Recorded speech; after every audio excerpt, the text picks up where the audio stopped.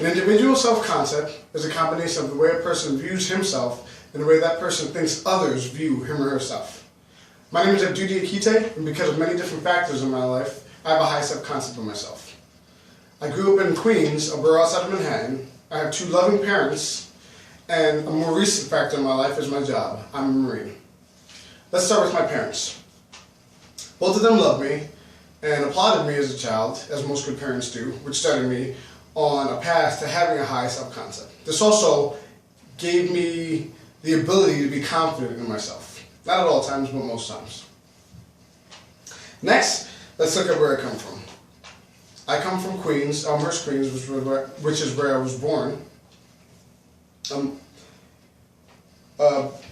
didn't live in the best of neighborhoods, and my parents knew that they couldn't keep me sheltered in the house forever, so they taught me how to look out for myself, how to not go with any strangers, and how to be cautious about my surroundings. Also, the kids in the area that I'd hang out with were usually tough, so this taught me how to be tough. When I moved to the suburbs when I was about 11, the kids in the area thought that I was sort of a badass and that I was going to be a bully or whatever. This actually gave me an edge over them until they got to know me and realized I was just like one of them. However, because I was from Queens, or from the city, I felt I had an edge over them because I had more experience than they did in other areas. I've been more places. Last, let's look at my job. Again, I'm a Marine. After boot camp, after boot camp in any service, you get a really high self-concept of yourself because of all the training you've been through.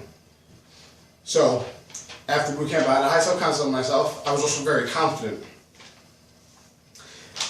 In the Marine Corps, you're in charge, or especially in my job, I'm in charge of very expensive equipment, so that keeps my self-concept high. I'm also in charge of other Marines, which makes me, I won't say feel important, it makes me know that what I do matters. I have to stay physically fit, which is a big part in how people see themselves.